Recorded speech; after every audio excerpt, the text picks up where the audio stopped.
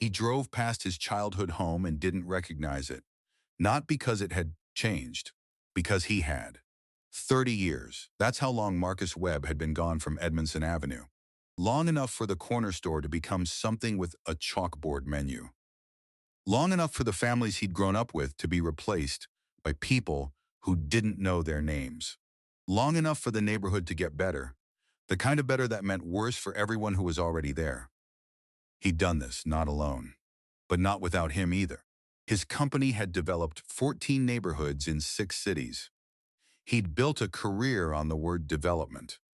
He'd never once thought about what it felt like from the other side of it, until his car stopped. In front of 4217 Edmondson Avenue, 4 doors from the house he grew up in, and a boy came out of the garage next door, 14 years old. He didn't look at Marcus.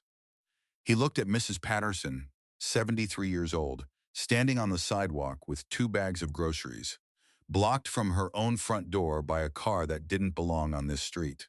The boy opened the hood. He didn't ask who was inside. He didn't ask if there was a reward. He just fixed it. Stay with me, subscribe if you're new, because what this boy says when Marcus tries to pay him is something I think about every time I drive past a neighborhood that used to be something else. 22 minutes. Marcus sat inside the whole time, looking at a street he thought he knew. Understanding, slowly, the way you understood things you'd spent 30 years not looking at, what the word he'd built his career on actually took from people. The sign was hand-painted. Not professionally, the specific, careful lettering of someone who had taken their time, because the sign mattered even if nobody else thought it did. James Hayes Auto Repair. You pay what you can. Don't worry about it. The paint was fading at the edges. Jordan had noticed 3 weeks ago. He'd repainted it last Saturday. Not because anyone asked, because the sign was his grandfather's, and the sign needed to stay. James Hayes had died 11 months ago. Not suddenly, the specific grinding timeline of a man whose body had been giving him warnings for 3 years that he had acknowledged and not acted on. Because acting on them would have meant stopping working, and stopping working was not something James Hayes knew how to do. He died on a Wednesday morning, in the garage. Not working, sitting. In the chair he kept by the workbench for the moments between jobs when his knees needed a rest and his mind needed to keep moving. Jordan had found him. He'd been the one to call his mother. He'd been the one to sit on the garage floor for an hour afterward because the garage was where his grandfather was most himself, and being in it felt like the closest thing to being with him. He'd been 13 years old. The garage was not much, 12 by 20 feet. A workbench along the back wall with tools organized the way James had organized them. By use, not by size, the specific logic of someone who thought about function before form. A hydraulic jack that was older than Jordan and still worked because James had maintained it the way he maintained everything. Attentively, regularly, without waiting for something to break before he paid attention. 2 creepers. The rolling boards mechanics used to slide under cars. One for James, one that he'd built for Jordan when Jordan was 9 years old and had started following him into the garage every afternoon after school. Not a child's version, a real one. You're going to learn this right, James had said, or you're not going to learn it. Jordan had learned it right. The first thing James had taught him was not how engines worked. It was how to look at them. Before you touch anything, James had said, you look, you listen. You let the car tell you what's wrong before you go looking for what you think is wrong. How does a car tell you something? Jordan had said. He'd been 9.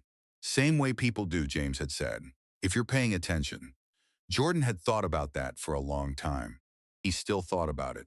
He paid attention differently than other people. He'd understood this gradually, over years, the specific, dawning awareness of someone who noticed things that other people seemed not to notice and had eventually stopped mentioning them because mentioning them made people look at him like he'd said something strange. He noticed when Mrs. Patterson's light didn't come on at 7 a.m. She turned it on every morning at 7, had for as long as Jordan could remember, and the mornings it didn't come on meant she wasn't feeling well, and he'd knock on her door. He noticed when Mr. Davis's car was making a sound that Mr. Davis hadn't mentioned, because Mr. Davis didn't know it was making a sound. You had to be walking past at a specific angle to hear it. Jordan had been walking past at that angle. He'd mentioned it. He noticed the letter that had come last week. He hadn't read it. It wasn't his letter, but he'd seen his mother's face when she read it. And he'd noticed that she'd put it in the kitchen drawer where she put things she needed to deal with and wasn't ready to deal with yet. He hadn't asked. He was waiting. She'd tell him when she was ready. That was how they worked. The car had stopped in front of 4219 at 8:47. Jordan had been in the garage, not working, doing what he did most mornings before school, which was sit on his creeper and look at whatever was in front of him and think. The garage was the place he thought best. Not because it was quiet. It wasn't always quiet. Edmondson Avenue was not a quiet street, because it smelled like his grandfather, oil and metal, and the specific particular combination of things that had been used and maintained and used again. The smell of things that lasted because someone had paid attention to them. He'd heard the car stop. He'd heard the engine, or rather, he'd heard the engine stop being an engine and start being something else, the specific, diagnostic sound of a vehicle that had decided it was done. He'd come out. He'd looked at the car, a black SUV, the kind that cost more than most things on this street. He'd looked at Mrs. Patterson. She'd come out of the corner store 2 minutes before. He'd watched her cross the street the way he watched her cross the street. The specific attention of someone who had been keeping an eye on a 73-year-old woman for the past year because his grandfather had kept an eye on her before him and someone needed to. She was standing on the sidewalk, groceries in both hands. The car was blocking her path to her front door. Not maliciously, just blocking it. Jordan looked at the car. He looked at Mrs. Patterson. He walked to the car. He knocked on the window. The man inside was on his phone. Not a call, looking at it. The specific, distracted look of someone whose attentions was somewhere other than where they were. He looked up. He lowered the window. "You need help?" "I'm fine," the man said. "I called roadside assistance." Jordan looked at the engine, at the specific readable signs of what was wrong. He looked at Mrs. Patterson, at the groceries, at the distance between where she was standing and where her front door was. "How long did they say?" Jordan said. The man looked at his phone. 45 minutes, he said. Jordan looked at Mrs. Patterson again. 45 minutes was too long. "I can fix it now," Jordan said. The man looked at him. At 14 years old, in a school sweatshirt with grease on his hands from earlier that morning. "That's okay," the man said. "It's the alternator belt," Jordan said. "I can see it from here. I have the part." The man looked at him. "You have the part," he said. "My grandfather kept stock," Jordan said, "for the common stuff." He looked at Mrs. Patterson one more time. "She needs to get to her door," he said. "It'll take me 20 minutes. He didn't wait for an answer. He went to the garage. He came back with what he needed. He opened the hood. He got to work. The man stayed in the car. Jordan didn't mind. He wasn't doing it for the man. He worked the way his grandfather had taught him to work. Methodically, without rushing. Because rushing was how you missed things, and missing things was how you made something worse. He talked to the car. Not words, sounds. The specific communicative murmur of someone in conversation with a machine. His grandfather had done the same thing. "Engines are honest," James had said. "They tell you exactly what's wrong. You just have to speak the language." Jordan spoke the language. He'd been speaking it since he was 9 years old. 14 now.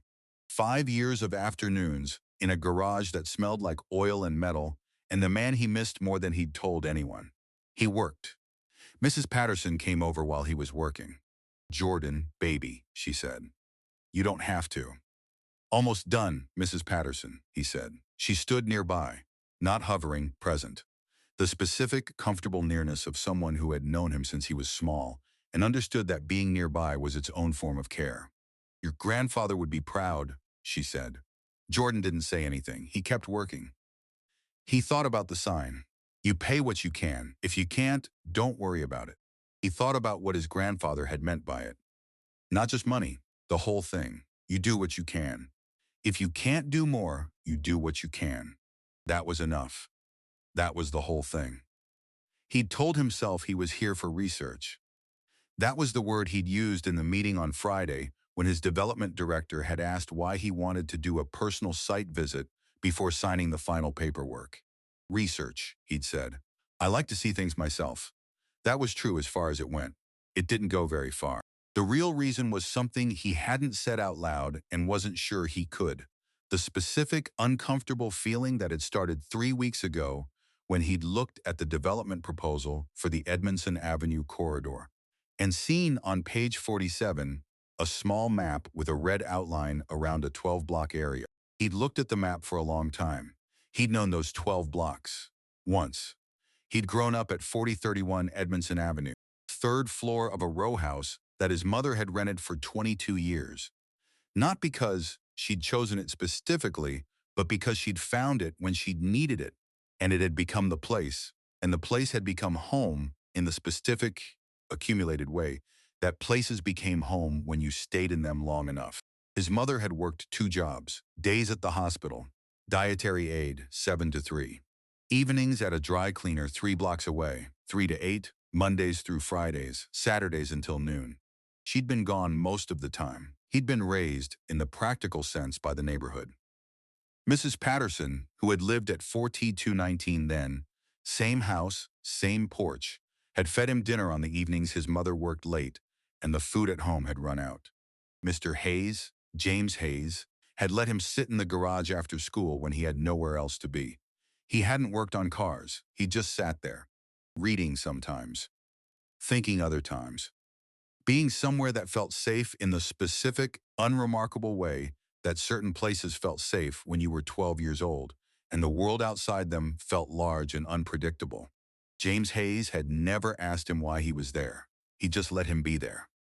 That was the thing Marcus remembered most. Not the advice James had given. He hadn't given much advice. Not the conversations they'd had. They hadn't talked that much. The being let. The specific, generous quality of someone who understood that sometimes what a person needed was not guidance but space. He hadn't thought about James Hayes in a long time. He was thinking about him now. The boy had come out of the garage without being asked. Marcus had watched him from inside the car. He'd been watching for 8 minutes before the boy knocked on his window. Not because he was suspicious. Because he was trying to figure out what he was looking at. The garage first. The sign, James Hayes Auto Repair. You pay what you can. If you can't, don't worry about it. He'd read it twice. He'd felt something when he read it that he hadn't expected to feel. Something that lived below the sternum and didn't have a name he was comfortable using. Then the boy, coming out without being asked. Looking at Mrs. Patterson first. Not at the car. Not at Marcus. At Mrs. Patterson. Marcus had watched him assess the situation. The groceries, the blocked path, the distance, in about 4 seconds. He'd watched him make a decision in those same 4 seconds. Not a big decision, not a dramatic one, just a small, practical, immediate decision about what needed to happen next. The boy go back to the garage. He'd watched him come back with what he needed. He'd watched him open the hood. Marcus had been in a lot of rooms with a lot of people over 30 years. He'd watched a lot of people make decisions. He'd learned to tell the difference between people who made decisions because they were supposed to, and people who made decisions because the situation required it. This boy was the second kind. He'd noticed the creeper. The rolling board the boy used to slide under the car, old, well-maintained, clearly used many times. There was writing on the underside. He'd seen it when the boy slid out to get a tool. Small letters. Marker, faded with time. J plus A, learn it right. He hadn't said anything. He'd sat with it. J plus A, James and Jordan, probably. Learn it right. He'd thought about James Hayes. About sitting in this garage, this same garage 30 years ago, and being let. About whether James Hayes was still alive. About the sign that said James Hayes Auto Repair and the boy who had repainted it. He'd understood then. He hadn't asked. He'd sat with what he understood. He'd spent the 22 minutes looking at the street, not at his phone, not at the time. At Edmondson Avenue. He'd been back in Baltimore many times in 30 years. To the inner harbor. to the financial district, to the development sites his company had worked in the neighborhoods closer to downtown. He hadn't been back here. He'd told himself it was because there was no reason to come back here. That was true in one sense. In another sense, it was not true at all. The real reason was simpler and less comfortable. He hadn't come back because coming back would have required him to look, and looking would have required him to see.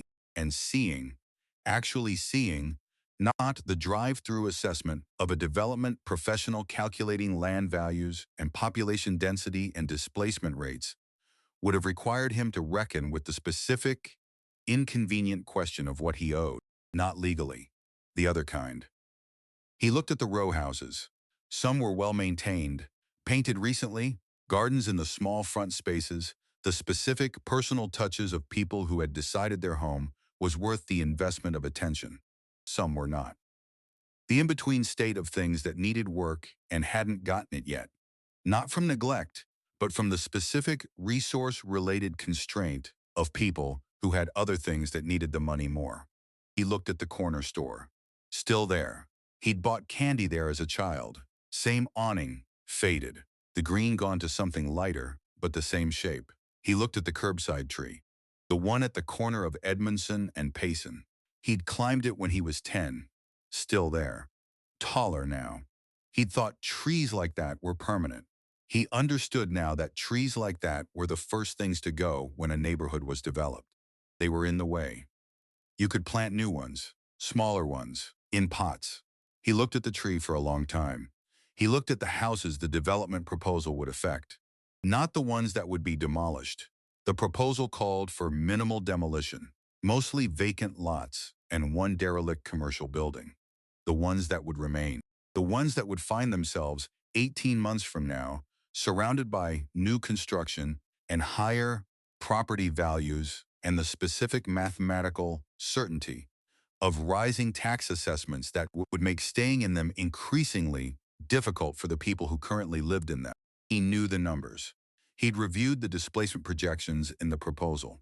Estimated 340 households at risk of economic displacement within 5 years of project completion. 340 households. He'd read that number 3 weeks ago and moved on to the next slide. He was looking at the households now. Not the number, the houses, the curbside tree, the corner store with the faded awning, Mrs. Patterson's front door. The boy slid out from under the car. He stood up. He wiped his hands on a cloth he'd brought. He looked at Marcus through the windshield. "You're good," he said. Marcus opened the door. He got out. He looked at the boy, at the grease on his hands, at the tools laid out with the specific organized care of someone who had been taught to respect them, at the garage behind him, at the sign. "Thank you," Marcus said. "You're good," the boy said again, not dismissively, conclusively. "The job was done. That was all. What do I owe you?" Marcus said. The boy looked at him, then at Mrs. Patterson, who was now inside her house. Groceries delivered. Door closed. "Nothing," the boy said. Marcus looked at him. "I want to pay you," Marcus said. "You did work. You used parts." "Letting Mrs. Patterson needed to get to her door," the boy said. "That's why I fixed it." He looked at Marcus. "You were blocking her. Not an accusation. A fact. The specific, undecorated delivery of someone who said true things plainly, because that was how they said things." Marcus stood on Edmondson Avenue, in front of the garage that James Hayes had built. Being told by James Hayes' grandson that the reason the car got fixed was not him. It was an old woman who needed to get to her door. He stood with that. "What's your name?" He said Jordan, the boy said. Marcus looked at the sign. "At James Hayes Auto Repair." "James Hayes was your grandfather," he said. Not a question. Jordan looked at him. "You knew him?" he said. "I used to sit in this garage," Marcus said, "when I was about your age." Jordan looked at him. At the man in the expensive coat who had driven an expensive car down Edmondson Avenue and broken down in front of his house. "You grew up here?" Jordan said. "4 doors down," Marcus said. Jordan looked at him. Then at the street, at the houses, at the curbside tree. "Why'd you come back?" he said. Marcus looked at the development proposal that existed on his phone in a folder called Edmondson Corridor. Final review. He looked at the street, at the tree, at the sign. He thought about telling Jordan the truth. He wasn't ready to tell Jordan the truth. "I'm not sure," he said, which was also true. In the way that things were true when you were starting to understand something you'd been avoiding. Jordan looked at him.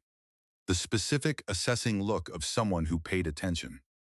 "My grandfather used to say," Jordan said, "that people always knew why they came back.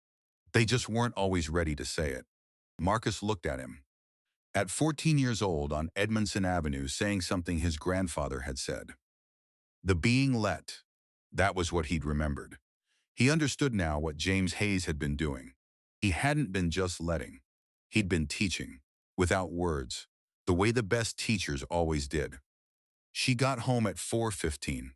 Not late, on time. But on time felt late today because she'd been thinking about the letter since 7 this morning when she'd been helping Mr. Alvarez with his morning medications, and her mind had kept going back to the kitchen drawer and the number on the letter and the specific grinding arithmetic of something she hadn't yet figured out how to solve. $4,190. That was the new number, up from $2,847. Property tax reassessment, effective next fiscal year. She'd done the math 40 times, on her lunch break, on the bus home. In the 7 minutes she'd sat in the car before going inside, after her last shift last Thursday. The math kept coming out the same way. She'd gotten the house from her father. Not inherited, transferred. James had done it legally, properly, with a lawyer and paperwork, and the specific deliberate care of a man who understood that dying without things in order was a burden he was not going to leave. He'd transferred it 2 years before he died. Not because he'd known he was dying, though maybe he had, in the way people knew things without being ready to say them, because he'd wanted to make sure. "This house is yours," he'd said. "Not the bank's, not the city's. Yours."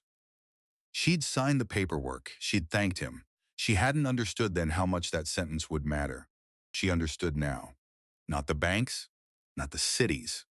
But the property tax was the city's, and the property tax was going up. Not because the house had changed, because the neighborhood around it was changing. She changed out of her work clothes in the bedroom. Scrubs off, regular clothes on. The specific daily ritual of separating the work from the not work, a line she'd learned to draw carefully because home health aid was the kind of work that followed you if you let it. The weight of other people's bodies, the specific intimacy of someone who needed you to do things for them that they used to do for themselves. She cared about her clients. She was good at her job.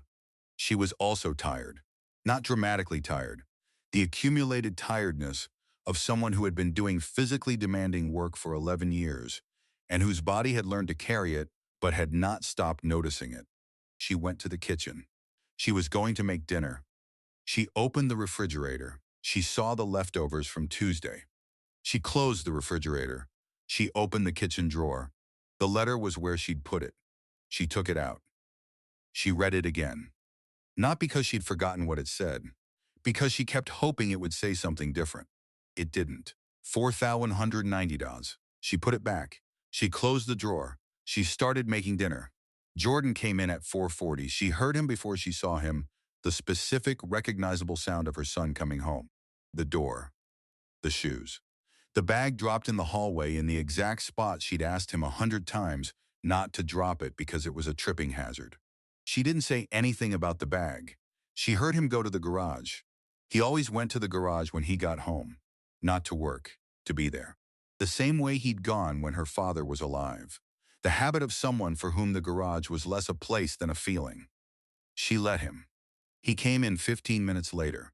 He washed his hands at the kitchen sink. He dried them. He looked at the stove.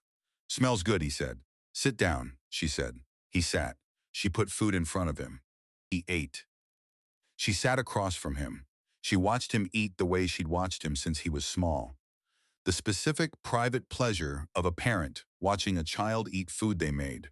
The most basic possible proof that you were doing the thing right. "You fixed a car today," she said. He looked up. "Mrs. Patterson told you," he said. "Mrs. Patterson tells me everything," she said. He went back to eating. "The man," she said. "Who was he?" Jordan was quiet for a moment. "He said he grew up here," he said. 4 doors down. Renee looked at him. "What was his name?" She said. He didn't say, Jordan said. She looked at the window at Edmondson Avenue outside. Was he? She started. He offered to pay, Jordan said. I said no. She looked at him. Jordan, that's not why I fixed it, he said. She looked at her son. At 14 years old, who had her father's jaw and her father's eyes, and her father's specific, unmoving sense of what things were for. I know, she said. He wanted to pay, Jordan said. I didn't want his money. Why not? She said. He thought about it. Because if I take his money, it becomes about the money, he said. And it wasn't about the money. She looked at him. She thought about the letter in the drawer, about $4,190, about all the things she needed money for that weren't about the money either, were about the house, the neighborhood, staying in the place her father had given her. Your grandfather would say the same thing, she said. I know, Jordan said. That's where I got it. She did the dishes after dinner. Jordan sat at the kitchen table doing homework. Not quietly. He thought out loud when he was working through something, a habit she'd given up trying to change, because it was how his mind worked, and his mind worked well. She listened to him think. She washed dishes. She thought about the letter. She thought about the phone call she'd gotten 2 weeks ago from her neighbor Diane. Diane, who had lived at 4225 for 12 years. Diane, whose landlord had sold the building. Diane, who had gotten a non-renewal notice and had 30 days to find somewhere else. Diane had found somewhere else. In Catonsville, 18 miles away. I didn't want to go, Diane had said on the phone. But the numbers didn't leave me a choice. Renee had said, I'm sorry, Diane. She'd meant it. She'd also been aware, she wasn't proud of this, but it was true, of the specific relieved thought that at least she owned her house. At least she had that. Now she had a letter that said owning the house was going to cost $1,343 more per year next year. And the year after that, if the trajectory of the neighborhood continued, more. The math did not get better with time. The math got worse. Mom, Jordan said. Yeah, she said. She kept washing dishes. The man today, he said. The one with the car. What about him? She said. He asked me what I wanted to do. Jordan said, after. Like what I wanted to be. What did you say? She said. Jordan was quiet for a moment. I said I wanted to stay here, he said. She stopped washing. She turned around. She looked at her son. At 14 years old, sitting at the kitchen table where her father had sat for 40 years. What did he say? She said. Nothing for a second, Jordan said. Then he asked what I meant by here. What did you say? She said. I said in the neighborhood, Jordan said. On this street. He looked at his homework. I told him you were worried about us having to move. She looked at him. Jordan. Was that okay? He said. She thought about it. About whether she wanted a stranger knowing her business. About what it meant that her 14-year-old son had said out loud the thing she'd been carrying in a kitchen drawer for a week. Yes, she said. That was okay. He got quiet after that, Jordan said. Like he was thinking about something. She turned back to the dishes. She finished washing them. She dried her hands. She sat down across from Jordan. Tell me about him, she said. What did he seem like? Jordan thought about it. The specific, careful thought of someone who paid attention and was trying to be accurate. Like someone who knew something he wasn't saying, Jordan said. Renee looked at her son. Most people are like that, she said. Yeah, Jordan said. But with him, it felt like the thing he wasn't saying was about us. She looked at the window, at the street, at the darkness outside that had settled over Edmondson Avenue the way darkness settled, gradually, then completely. Did he say his name? She said. No, Jordan said. But he said he used to sit in Grandpa's garage. Renee looked at her son. He said that? She said. Yeah, Jordan said. He said Grandpa used to let him sit there after school. She was quiet. She thought about her father, about all the people who had sat in that garage over the years, about the ones who had come back to say thank you and the ones who hadn't, about the ones who had gone somewhere else and become someone else, about the man her son had fixed a car for today. What did he look like? She said. Jordan described him. She listened. She didn't recognize the description, but something in the way Jordan described him, the coat, the car, the way he'd looked at the street, something made her think of the rumors she'd been hearing. about a developer, about the Edmondson corridor, about a company that had been quietly buying up adjacent properties for the past 18 months. She thought about Diane in Catonsville. She thought about the letter in the drawer. She looked at Jordan. She didn't say what she was thinking. "Finish your homework," she said. "I'm almost done," he said. She got up. She went to the window. She looked at the street, at Mrs. Patterson's house, at the garage, at the sign her son had repainted 3 weeks ago because the sign needed to stay. She stood there for a while, thinking. The paperwork was on his desk Tuesday morning. Final review package. Edmondson Corridor Development Project. 247 pages. Tabbed. Indexed. The specific organized density of a document that had been prepared by people who were very good at their jobs and whose jobs were to make signing as easy as possible. His pen was on the desk. He'd put it there Monday evening when he'd gotten back from Baltimore. He hadn't picked it up. His development director was named Claire Watkins, 44 years old, 15 years with the company. The specific, contained energy of someone who was exceptionally good at what she did and knew it without needing to announce it. She knocked at 9:15. "Ready to go over the final package?" she said. "Sit down," he said. She sat. She looked at the pen on the desk, at the unsigned package. She looked at him. She'd worked with him long enough to know when something had shifted. "What happened?" she said. He told her. Not everything, the shape of it. The drive, the car, the boy, Mrs. Patterson with her groceries, the sign, James Hayes Auto Repair. You pay what you can. If you can't, don't worry about it. Claire listened. She was good at listening. When he finished, she was quiet for a moment. "Marcus," she said. "I know," he said. "The numbers on this project." "I know the numbers," he said. "We've been working this for 18 months, she said. "I know," he said. "The board." "Claire," he said. She stopped. He looked at the package, at 247 pages of a project he'd been building toward for a year and a half. "I need to understand something before I sign," he said. "The displacement projections." Page 63. She opened her copy of the package. She found page 63. 340 households, he said. "Estimated," she said. "At risk. Not certain." "What does at risk mean?" he said. She looked at him. "It means households whose housing cost burden would exceed 50% of income based on projected tax increases," she said. "In plain language," he said. She was quiet for a moment. "Families who probably couldn't afford to stay," she said. "Probably," he said. "Based on the projections," she said. "How accurate are the projections?" he said. She looked at her copy. "Based on comparable projects we've done," she started. "Claire," he said. "How accurate?" She looked at him. "Within about 15%, she said. "So between 290 and 390 households," he said. "Yes," she said. He looked at the desk, at the pen. "What does a household look like on this project?" he said. "What do you mean?" she said. "I mean, who are they? The 340. She looked at him. "We have demographic data," she said. "In the appendix. Median income, household size, tenure." "Not the data," he said. "Who are they?" She was quiet. "Marcus," she said. "We do community impact assessments on every project. We follow all required." "I know we do," he said. "I'm not asking about the assessment. I'm asking if you know who lives in those houses." She looked at the package. At 247 pages. "Not individually," she said. "Neither do I." He picked up the pen. He put it down again. "I want to," he said. She looked at him. "You want to what?" she said. "Know who lives there," he said, "before I sign." Claire left at 10, not unhappy, unsettled. He understood the difference. Unhappy meant she thought he was wrong. Unsettled meant she wasn't sure. He'd take unsettled. He called his assistant. "I need the community development office for Baltimore City," he said. "Whoever handles neighborhood engagement for the Edmondson corridor area." "For what purpose?" his assistant said.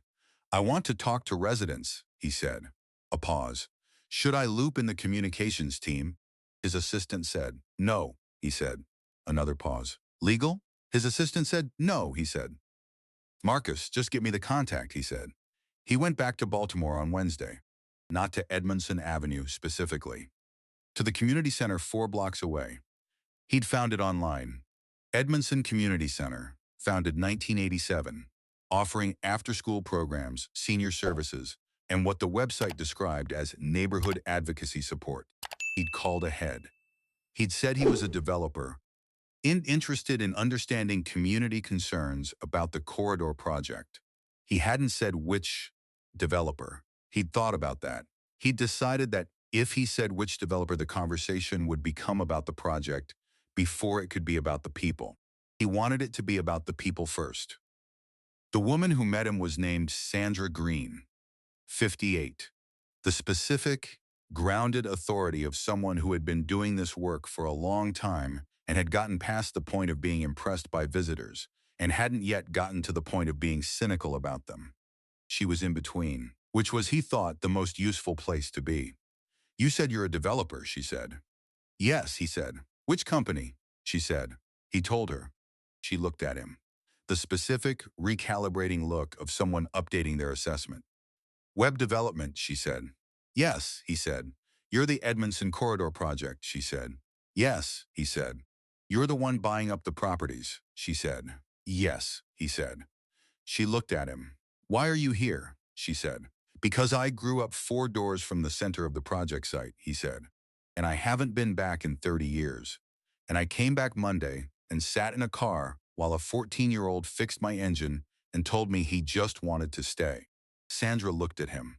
She looked at him for a long time. "Come in," she said.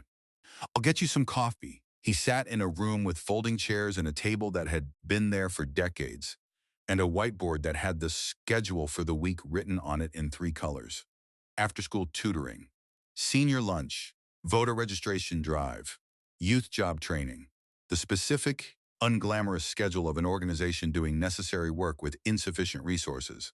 Sandra came back with coffee. She sat across from him. "What do you want to know?" she said. "Who's going to be displaced?" he said. "Not the number, the people." She looked at him. "You have the demographic data," she said. "I want more than that," he said. She was quiet for a moment. Then she opened a drawer. She took out a folder. She put it on the table. "This is what we've been compiling," she said, "for the past 8 months. Since the project was announced." She opened it. Families who have already left. Families who are at the edge. People who have been here for decades who are going to have to choose between their home and their budget.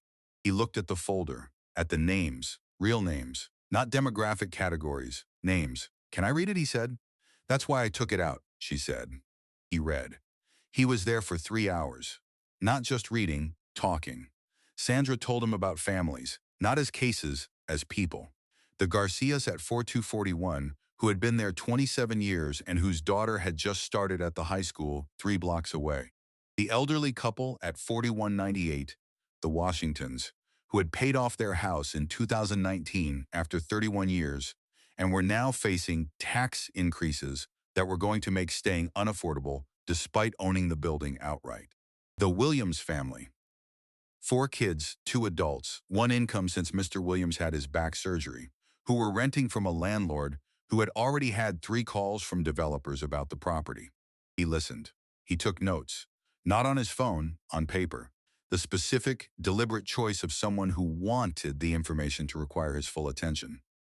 At one point, Sandra stopped. She looked at his notes. "Why are you writing this down?" she said. "Because I want to remember it," he said. "Why?" she said. He looked at the notes, at the names. "Because I'm going to sign a document that affects these people," he said. "And I should know who they are when I sign it." Sandra looked at him. "Most developers don't do that," she said. "I know," he said. "Knowing who they are doesn't change the project," she said. "No," he said. "But it might change how I do it." She looked at him. "What does that mean?" she said. He thought about it. "I don't know yet," he said. "But I'm not signing until I do." He drove past Edmondson Avenue on the way out. He didn't stop. He looked at the garage as he passed at the sign. At the light on in the front room of 4217, he thought about Jordan. About, "I just want to stay here." About, "My grandfather used to say people always knew why they came back." He knew why he'd come back now. He'd come back because 30 years of not looking had produced a document that was going to move 340 families out of the place they lived. And he needed to look before he could decide what to do about it. He drove. He thought about the Garcias, about the Washingtons who had paid off their house in 2019, about Mr. Williams and his back and 4 kids and a landlord getting calls from developers. He thought about the sign. You pay what you can. If you can't, don't worry about it. He thought about what James Hayes had meant by that. Not just money, the whole thing. You do what you can. If you can't do more, you do what you can. The question was what he could do. He didn't have the answer yet, but he was asking the question now, for the first time. That was different from 3 weeks ago. That was different from 30 years ago. It was a start. She'd been doing this for 23 years. Not the community center specifically, the work. The specific, unglamorous, underfunded work of standing between people and the systems that were going to move them, whether they wanted to be moved or not. She'd started at 25. Fresh out of Morgan State. A degree in urban planning that she'd gotten because she'd believed, in the specific, uncomplicated way that 25-year-olds believed things, that if you understood how cities worked, you could make them work better. She still believed that. She'd just stopped believing it was simple. She'd seen developers before, many of them. In 23 years, she'd sat across from enough of them to have developed a taxonomy. There was the first kind, the ones who came in defensive, who had their lawyers present, or might as well have, who treated the community engagement process as a box to check before they proceeded with what they were going to do anyway. There was the second kind, the ones who came in performing concern, who used words like partnership and community benefit stakeholder, engagement, and who meant some of it and not enough of it, and who you had to negotiate with carefully because they would give you something real if you pushed hard enough, but they would give you as little as they could if you didn't. There was the third kind, the ones who came in not knowing what they were going to do. She hadn't seen many of the third kind. Marcus Webb was the third kind. She was fairly sure, not certain. She'd been wrong about the third kind before. She was watching carefully. Tell me about the community benefit agreement, Marcus said. They were on their second cups of coffee. The folding chairs had not gotten more comfortable. Neither of them had moved. What about it? Sandra said. The one the city is requiring as part of the approval process, he said. I've read the draft. I want to know what you think is missing. She looked at him. You want to know what we think is missing, she said. Yes, he said. Not what you're prepared to offer, she said. No, he said. What you think is missing. She looked at the whiteboard, at the schedule, after-school tutoring, senior lunch, voter registration, youth job training. Affordable units, she said. The current proposal has 12%. We want 30. 30 is not economically viable, he said. I know, she said. That's what every developer says. It's true, he said. It's also a choice, she said. 12% is a choice. 30% is a choice. You're telling me you've chosen 12. He looked at her. What else?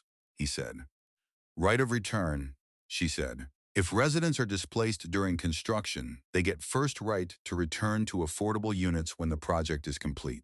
That's complicated to administer, he said. I know, she said. That's why most developers don't do it. What else? He said. Local hiring, she said. 40% of construction jobs going to residents within a 2-mile radius. Not promised. Contractually required. 40 is aggressive, he said. 40 is what would actually make a difference, she said. 20 is what gets written in the agreement and doesn't happen. He wrote that down. What else? He said. She looked at him. Property tax relief, she said, for existing homeowners. Not renters, they need other protections.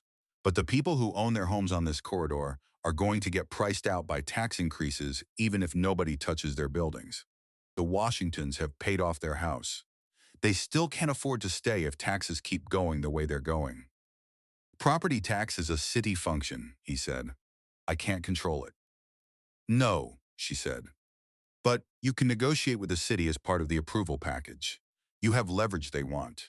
You can use that leverage to get something for the people who are already here. He looked at her. Has any developer done that? He said. No, she said. Why not? He said. Because they didn't think to, she said. Or they thought to and decided it wasn't worth the negotiating capital. And you're telling me it is? He said.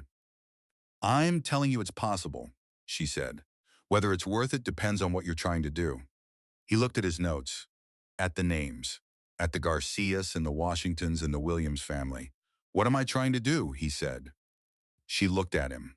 I was hoping you'd tell me, she said. He was quiet for a moment. He looked at the schedule on the whiteboard.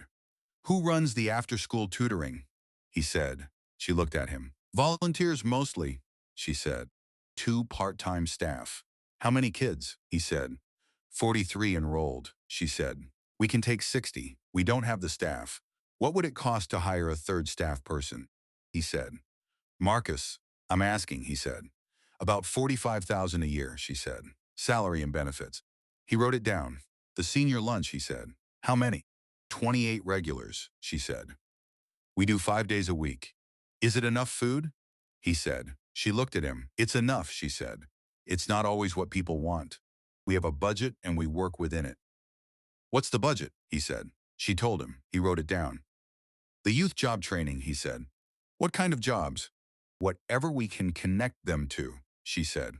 Retail, food service, some construction when we can get it. We're trying to build a pipeline to the trades, but we don't have the employer relationships. He looked at his notes. I do, he said. She looked at him. Construction employers, he said. We work with 12 contractors in the Baltimore area. I could, he stopped. If the local hiring requirement is in the agreement and if the center is the pipeline, that would require the contractors to commit to the pipeline, she said. Yes, he said. And you to require it of them contractually, she said. Yes, he said. And you're willing to do that? She said. He looked at her. I'm willing to explore it, he said. Honestly, not as a PR gesture. She looked at him. At the third kind. Why? She said. He thought about it. Because a boy fixed my car on Monday, he said, and told me he wanted to stay. And I understand now that whether he gets to stay is at least partially a function of what I decide to do. He paused. I can't make all of it right, but I can make some of it less wrong. Sandra looked at him. She'd heard versions of this before. Developers who had moments of conscience. Some of them had followed through. More of them hadn't. The difference wasn't in what they said in the moment. It was in whether they were still saying it 6 months later, when the economics got harder and the board got impatient. She didn't know yet which kind Marcus Webb was going to be, but she was watching. Come back Thursday, she said. I want you to meet some people. What people?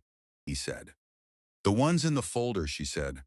The Garcias, the Washingtons, the Williams family. She looked at him. You said you wanted to know who they are before you signed. I'm going to introduce you. He looked at her. Will they want to meet me? He said. No, she said. But they'll come, because I'll ask them to. And because they need someone with your kind of power to understand that what's at stake for them is not an investment. It's their life. He was quiet. Thursday, he said. 10 a.m., she said. Don't be late. The Washingtons have a doctor's appointment at noon, and they've been coming to this center for 14 years, and their time matters. I won't be late, he said. He stood. He looked at the folder on the table. Can I take this? He said. No, she said. Those are their stories. They stay here. She looked at him. You want to know them, you come back Thursday and you hear them yourself. He looked at the folder. He nodded. He left. Sandra sat in the folding chair after he left. She didn't move for a few minutes. She thought about 23 years, about the developers she'd sat across from, about the ones who had come in with good intentions and left with the same project they'd arrived with, slightly repackaged, about the 2 or 3 over the years who had actually changed something, who had come in thinking one thing and left doing another. She thought about Marcus Webb, about the way he'd written names in a notebook, about I can make some of it less wrong. She'd heard people say things like that before and not mean them. She thought he might mean it. She wasn't sure. She'd been wrong before. She picked up her phone. She called the Washingtons. Yvonne, she said, I need to ask you something. There's a man who wants to meet you on Thursday. The developer, the Edmondson project. A pause. Why? Yvonne Washington said. Because I think he needs to understand what he's doing, Sandra said, and I think you're the person to help him understand it. Another pause. Sandra, Yvonne said. We've been talking to developers for 2 years. Nothing changes. I know, Sandra said. Why is this one different? Yvonne said. Sandra thought about it. Honestly. I don't know if he is, she said. But he came here without his lawyers. He took notes on paper. He asked me what was missing from the community benefit agreement before he told me what he was prepared to offer. She paused. And he looked at me like the answer mattered. Yvonne was quiet. Thursday at 10, she said. Doctor's appointment at noon, Sandra said. I remembered. You always remember, Yvonne said. It's my job, Sandra said. No, Yvonne said. It's more than your job. Sandra looked at the folder on the table, at the names. At 23 years of names. Thursday, she said. I'll see you then. He was there at 9:50, 10 minutes early. Not because he was anxious, because the Washingtons had a doctor's appointment at noon, and their time mattered and being late would have been a specific, unnecessary form of disrespect that he wasn't willing to offer. Sandra was already there. She was always already there. He was beginning to understand that about her. The room was the same room. Folding chairs. The table. The whiteboard. Different colors now. The week's schedule updated. Someone had put a small vase of flowers on the table. Not elaborate. A gas station bouquet, probably. The kind you bought because you wanted the table to look like it had been thought about. He didn't say anything about the flowers. He sat down. He waited. Came first. Roberto and Maria, 51 and 49. Roberto in work clothes. He was taking a half day from his job at a commercial laundry. Sandra had mentioned this, which meant the meeting was costing him 4 hours of pay. Maria in the kind of clothes you wore when you wanted to look presentable, without looking like you were trying too hard.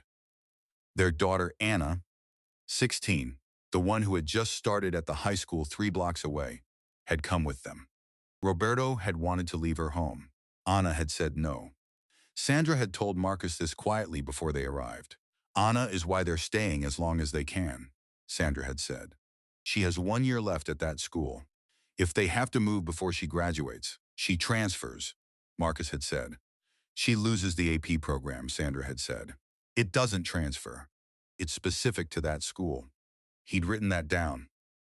Roberto Garcia shook Marcus's hand. Firm, the specific handshake of someone who had been taught that a handshake said something about you and had decided what it said. Mr. Webb, he said. Roberto, Marcus said. Thank you for coming, Sandra asked, Roberto said. Simply, that was the whole explanation. They sat. Marcus looked at the Garcia family. At Roberto, who was losing 4 hours of pay. At Maria, who had dressed carefully. At Anna, who had refused to stay home. I want to explain why I asked to meet, Marcus said. We know who you are, Roberto said. We know what you're building. I know, Marcus said. Our landlord has been getting calls, Roberto said, for 18 months, every few weeks. Developers interested in the building, including my company, Marcus said. Roberto looked at him. Including your company, he said. Yes, Marcus said. I want you to know that. We know, Maria said. It was the first thing she'd said. Her voice was even. Not angry, the specific measured quality of someone who had been processing something for a long time and had arrived at a place past anger. We've known for a while. Tell me about Anna's program, Marcus said. They both looked at him. The AP program, he said. Sandra told me about it. I want to understand. Anna looked at him. She hadn't spoken yet. She was assessing him. He could feel it. The specific, unself-conscious scrutiny of a 16-year-old who hadn't yet learned to hide her evaluations. AP Chemistry and AP Computer Science, Anna said. The school has a partnership with Johns Hopkins. They let seniors audit one undergrad course. She paused. I'm a junior.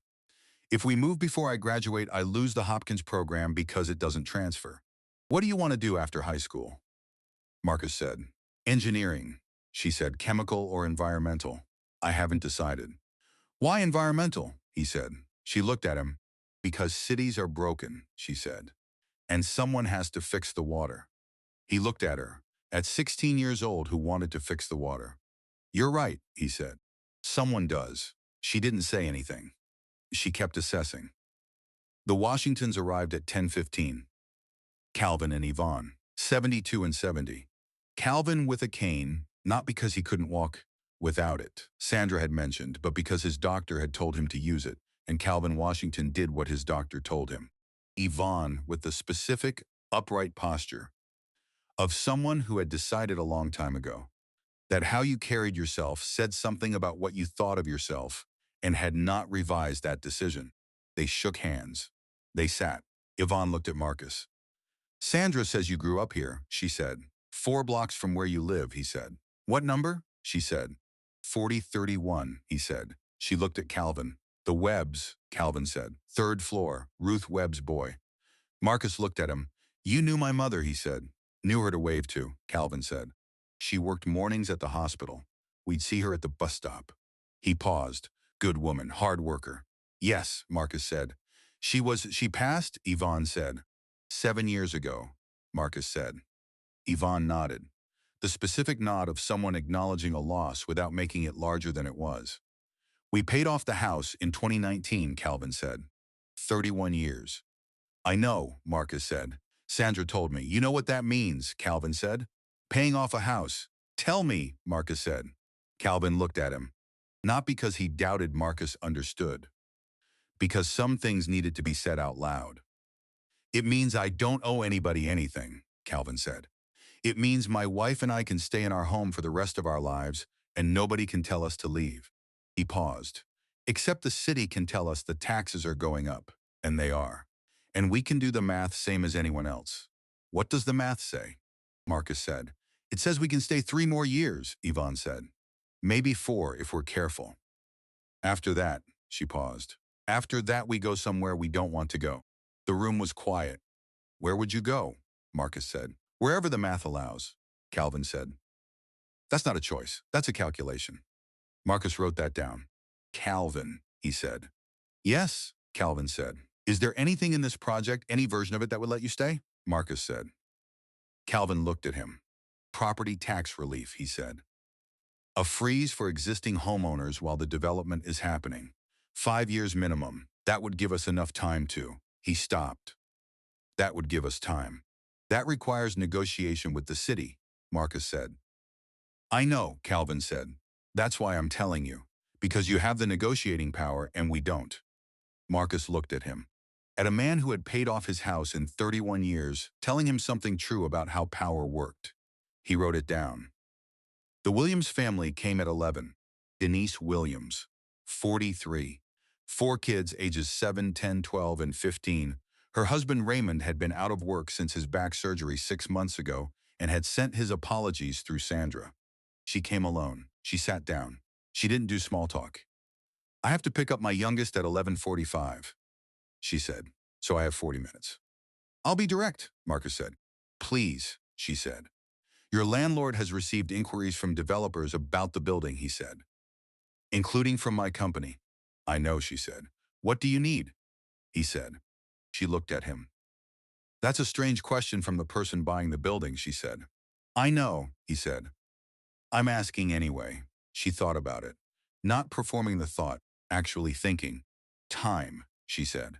If we have to move, I need enough time to find somewhere in the same school district. My kids can't change schools mid-year. My 12-year-old has an IEP, an individualized education plan. It took 3 years to get right. If she changes schools, we start over. How much time? He said. 1 full school year minimum, she said. September to June. Not 30 days, not 90 days. A year. He wrote it down. What else? He said. Moving costs, she said. We don't have them. If we have to go, we need help with the move. What else? He said. Honest communication, she said.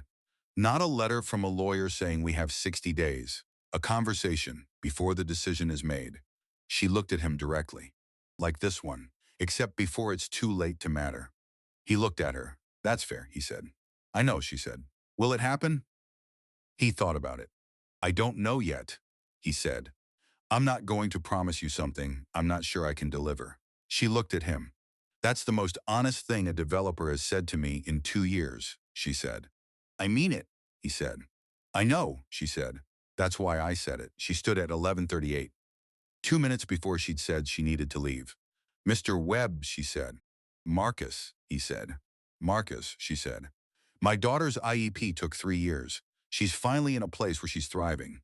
She's reading at grade level for the first time. She paused. I'm not asking you to save us.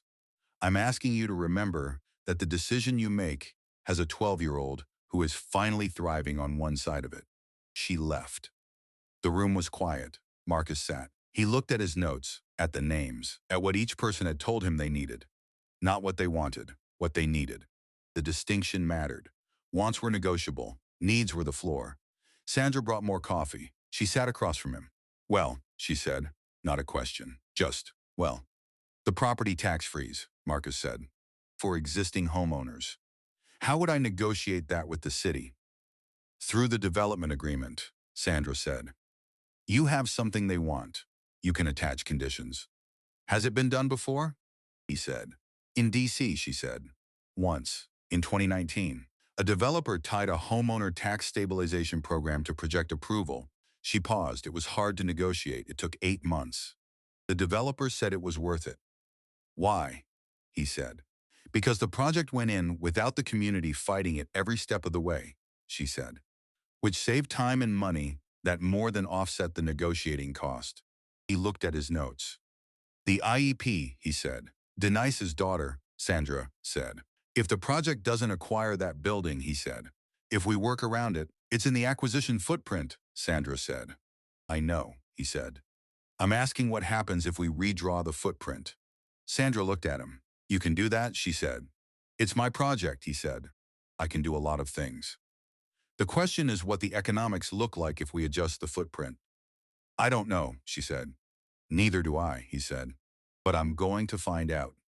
She looked at him. At the third kind, still the third kind. She'd expected him to start narrowing by now, to start identifying what he could and couldn't do, to begin the process of managing down expectations that every developer eventually did. He was still opening. Still finding out what was possible before he decided what to do. She'd been wrong about the third kind before. She thought she might not be wrong this time. She thought she'd wait a little longer before deciding. Marcus, she said. Yes, he said. Anna Garcia, she said. You asked her why environmental engineering. Yes, he said. She's never told her parents that, Sandra said. About fixing the water. She told me once. She hadn't told them. He looked at her. Why not? He said. Because they worry enough already, Sandra said. She doesn't want to add to it. He sat with that. With a 16-year-old who wanted to fix the water and hadn't told her parents because they worried enough. With a 12-year-old whose IEP had taken 3 years and who was finally thriving.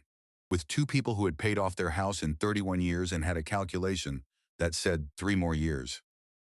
With a man who was losing 4 hours of pay to be in this room. He sat with all of it. He picked up his pen. He turned to a new page in his notebook. He wrote one question at the top. What is the least wrong version of this project? He looked at it. Then he started writing. Claire Watkins had been with Marcus for 15 years. She'd seen him change his mind before. Not often. Marcus was not someone who changed his mind often. He was someone who thought carefully before deciding and then executed the decision with the specific, focused energy of someone who had already done the deliberating and was now done with it. When he changed his mind, it meant something had happened. She'd been waiting to find out what. He called her at 7 Thursday evening. She was still at the office. She was always still at the office at 7. I need you to look at something, he said. Okay, she said. The Edmondson footprint, he said. Specifically the southeast corner. The residential building at 4225. She pulled up the file. The Williams property, she said. It's in the acquisition footprint, he said. Yes, she said. What happens to the project if we remove it? He said. She was quiet for a moment. Not because she didn't know. She knew the project well enough to run the numbers in her head. Because she was deciding how to say what she knew. We lose 14 units of buildable area, she said. On the southeast corner. That affects the retail footprint on the ground floor and the parking structure. How much does it affect the return? He said. 2 to 3%, she said. On a project this size, he said. On a project this size, she confirmed. It's not nothing. No, he said. It's not nothing. But, she said. But, he said. She knew him well enough to wait. There's a 12-year-old in that building, he said. She has an IEP that took 3 years to get right. She's finally reading at grade level. Claire was quiet. Marcus, I know, he said. I know what you're going to say. What am I going to say? She said. That we can't make acquisition decisions based on individual family circumstances, he said. That if we do it here, we have to do it everywhere. That it sets a precedent that makes the project unmanageable. Yes, she said. That's what I'm going to say. Is it wrong? He said. She thought about it. No, she said. It's not wrong. Is it the whole picture? He said. She was quiet. No, she said. It's not the whole picture. What's missing? He said. The question of what we're optimizing for, she said. If we're optimizing purely for return, then removing 4225 is a bad decision. If we're optimizing for something else, what else could we be optimizing for? He said. She thought about that. It was a different question than she'd been asked before. In 15 years. Community stability, she said slowly.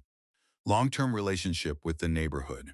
The ability to do future projects without spending 2 years fighting community opposition. She paused. The kind of project that people point to and say, that's how it should be done. Is that worth 2 to 3%? He said. I don't know, she said. I've never tried to calculate it. Calculate it, he said, as best you can. I want to see the numbers. Marcus, she said. I'm not pulling 4225 yet, he said. I'm asking you to show me what it costs and what it buys. She was quiet for a moment. Okay, she said. The other thing, he said. There's another thing, she said. The affordable unit percentage, he said. We're at 12. I want to know what 20 looks like. And 25. Show me the numbers, he said. Not the conclusion. The numbers. She was quiet again. Longer this time. When do you need this? She said. Monday morning, he said. It's Thursday evening, she said. I know, he said. Marcus, Claire, he said. I sat across from a man today who lost 4 hours of pay to tell me what his family needs. I sat across from a woman who told me her daughter is thriving for the first time. I sat across from 2 people who paid off their house in 31 years and have a calculation that says 3 more years. He paused. I can ask you to work the weekend. She was quiet. Monday morning, she said. Thank you, he said. He hung up. He drove to Edmondson Avenue. Not to stop, to drive through. He did it slowly. The way you drove through a place when you were trying to see it. He passed 4031, his mother's building. Different family in it now. Different curtains. Same building. He passed the curbside tree. He passed the corner store. He passed the community center. He slowed at 4217. The garage was closed. The light was on in the front room. He could see shadows moving inside. Jordan doing homework probably. Renee making dinner. The specific, ordinary life of a house in the evening. He drove on. He thought about what he was doing. Not what he was deciding. He hadn't decided yet. What he was doing right now. This Thursday evening, drive through a neighborhood he'd left 30 years ago. He was looking. He'd stopped avoiding. That was what had changed. Not his decision, his willingness to see. He parked on a side street. He got out. He walked. Not with a destination, just walked. The way he'd walked this neighborhood as a child. Without purpose. Without an investment memorandum.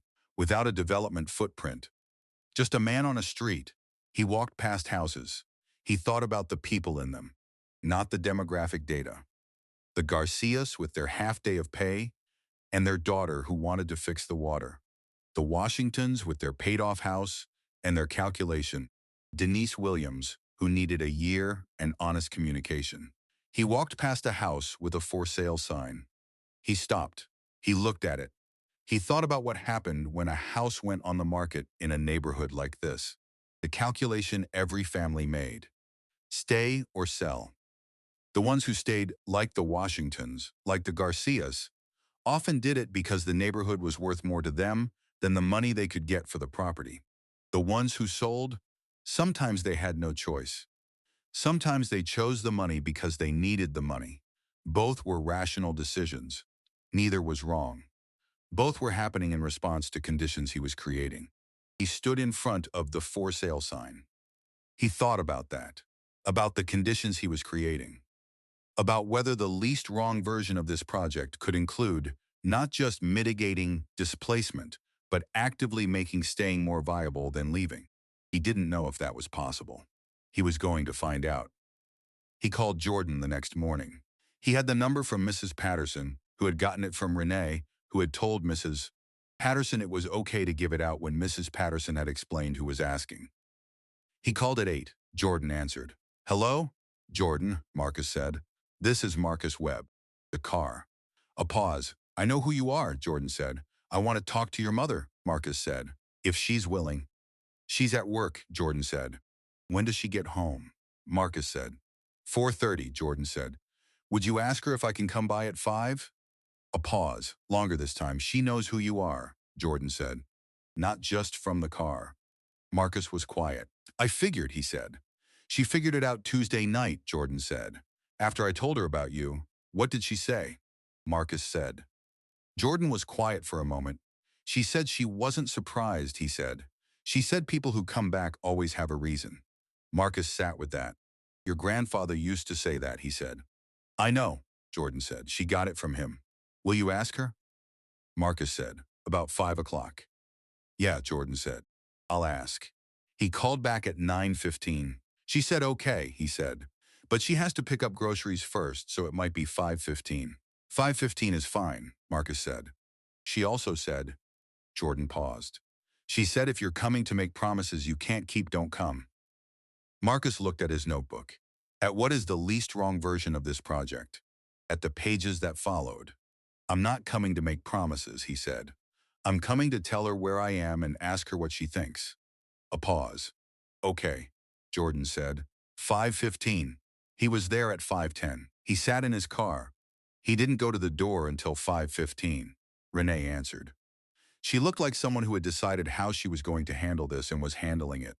Composed. Direct. The specific, settled quality of someone who had been thinking about this conversation since Tuesday night and had figured out what she needed from it. "Marcus Webb," she said. "Rennie Hayes," he said. They shook hands. She stepped back. He came in. The house was what he'd expected and different from what he'd expected. The furniture was worn in the specific, honest way of furniture that had been used fully rather than carefully. Photographs on the wall.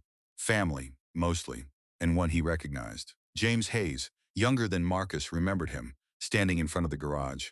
The sign behind him. "That's him," Marcus said. Renee looked at the photograph. "Yes," she said.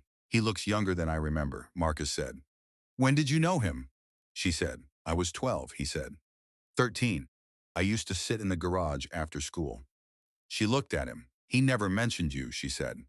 "He wouldn't have," Marcus said. "That wasn't his way." She thought about that. "No," she said. "It wasn't." Jordan was at the kitchen table. He looked at Marcus. Marcus looked at him. "Jordan," Marcus said. "Mr. Webb," Jordan said. "Marcus," he said. "Marcus," Jordan said. Renee made tea, not because either of them asked, because making tea was the thing you did when you needed a few minutes to settle into a conversation. She brought it to the table. She sat across from Marcus.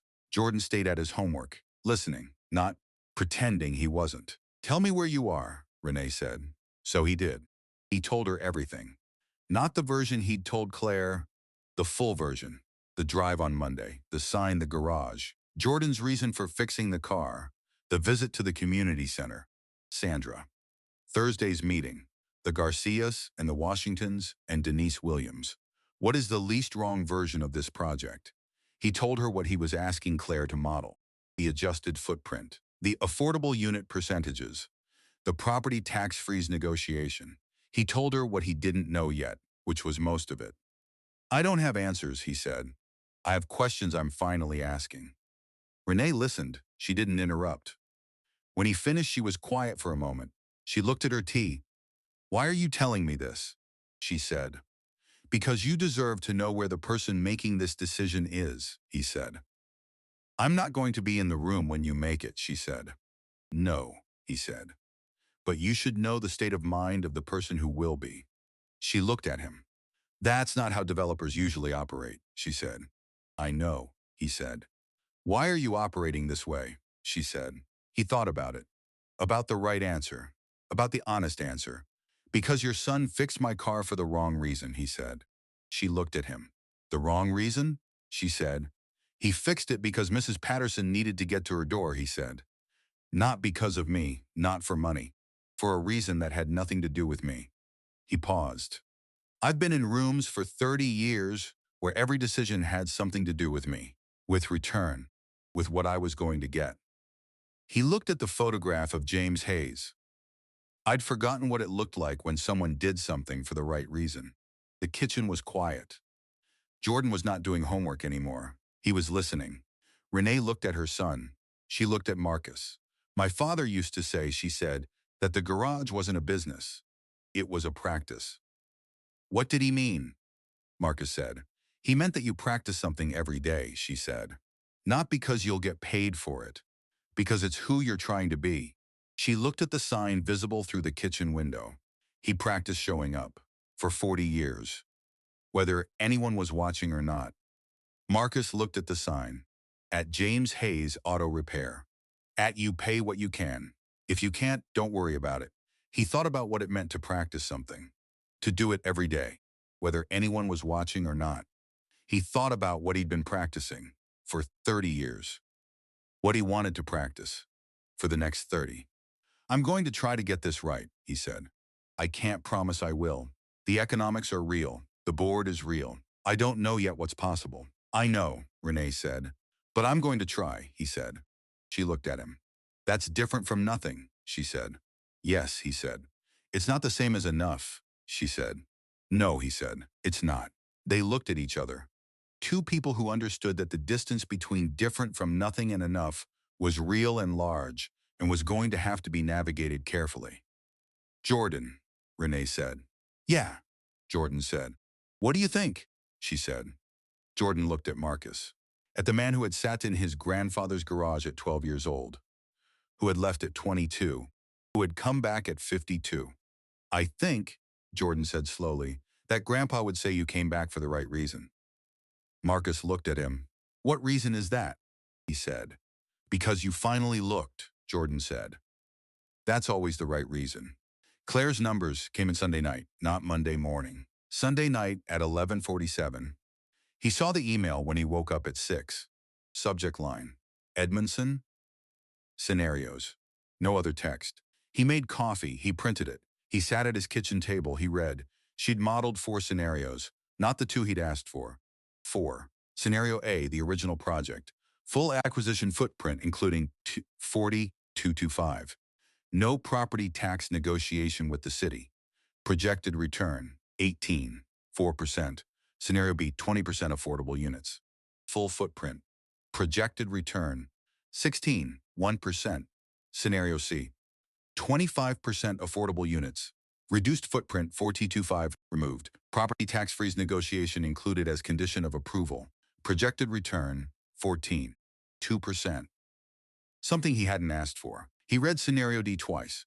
20% affordable D twice. Right of return for displaced residents. Full local hiring requirement, 40%. Contractually required. Pipeline through the Edmondson Community Center. Property tax freeze for existing homeowners within the project corridor for 7 years. 4,225 removed from acquisition footprint. Community Benefit Fund, 2% of project revenue annually for 10 years, administered by an independent board that included neighborhood residents. Projected return, 13, 1%. At the bottom of scenario D, Claire had written one line. This is the least wrong version. See, he sat with that for a long time. He called her at 7. She answered immediately. She'd been awake. You read it, she said. All of it, he said. Scenario D, she said. He said. 13.1%, she said. On a project this size that's still, I know the math, he said. The board is going to push back, she said. I know, he said. I know, he said. Marcus, she said. 13.1 is not a bad return. In this market, it's actually Claire, he said. Yes, he said. Thank you for scenario D, he said. She was quiet for a moment. You asked for the least wrong version, she said. That's it.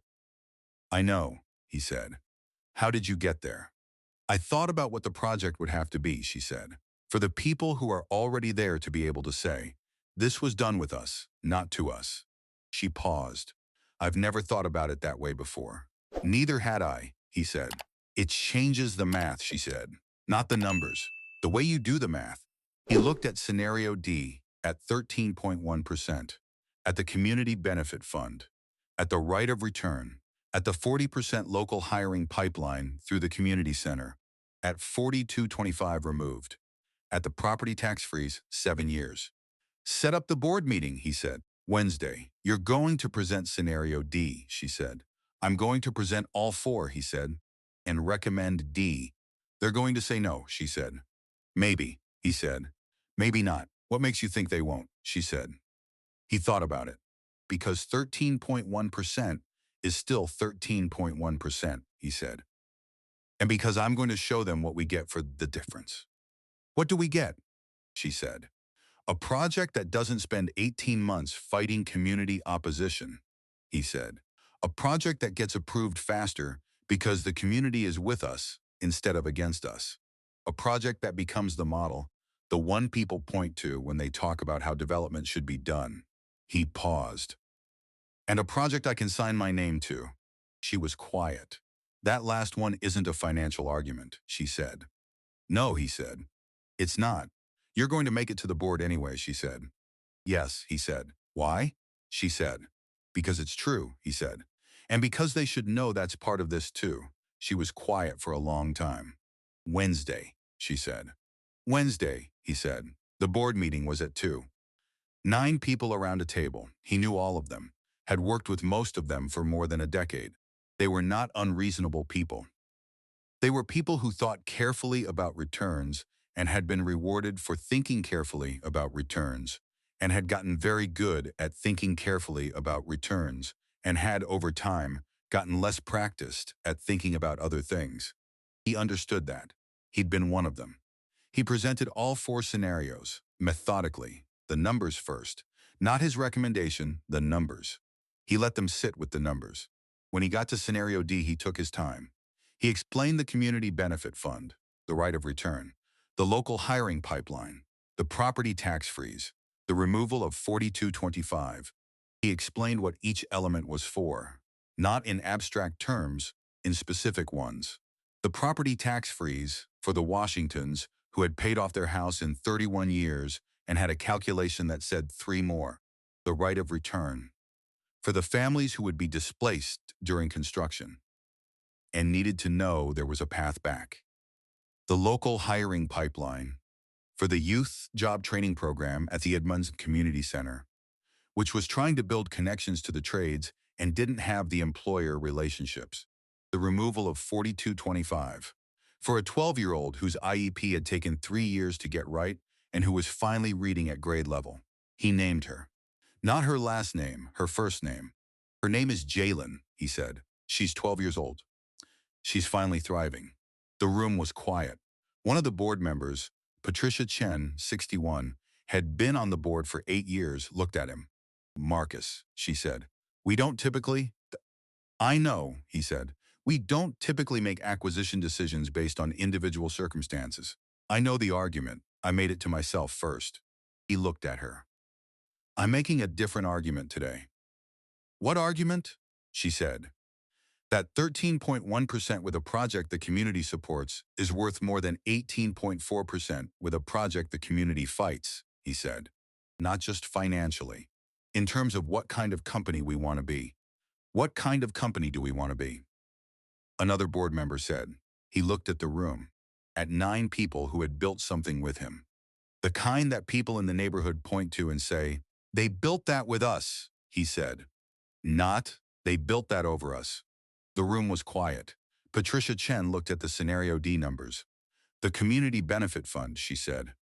2% of revenue annually, 10 years. Yes, he said. Administered by an independent board, she said. With neighborhood residents as members, he said. Yes, that's unusual, she said. Yes, he said. Has it been done? She said. In other cities, he said. Not often, not well enough. She looked at the numbers. If we do this, she said, Every project we bring to this board is going to be compared to this one. Yes, he said, that's the point. She looked at him, at the other board members, at Scenario D. I want to see the community agreement in writing, she said, before we vote. I want to see what Sandra Green's organization has signed off on. She hasn't signed off yet, he said. I wanted board direction before I negotiated the final terms. Smart, Patricia said. Get it in writing. Bring it back Thursday. He looked at her. You're not saying no, he said. I'm saying bring it back Thursday, she said, with the community agreement. He looked around the table at the other 8. Nobody said no. He called Sandra from the parking garage. I need to meet, he said. Tomorrow morning. What happened? She said. The board didn't say no, he said. A pause. That's not the same as yes, she said. No, he said, it's not. But it's where we are. What do they need? She said. A written community agreement, he said. By Thursday, that's fast, she said. I know, he said. Marcus, she said. I've been doing this for 23 years. I've never had a developer call me from the parking garage after a board meeting. How do you usually find out? He said. Letter, she said. Sometimes a call from a lawyer. I'm calling you myself, he said. I know, she said. Tomorrow morning, he said. 8 o'clock. Community center. I'll be there, she said. I'm always there. I know, he said. I'm learning that about you. He drove to Edmondson Avenue after. He didn't plan to. He was heading home and found himself turning onto Edmondson without having decided to. He drove slowly. He passed 4031. He passed the corner store. He passed the tree. He slowed at 4217. The garage light was on. Late for a garage light to be on.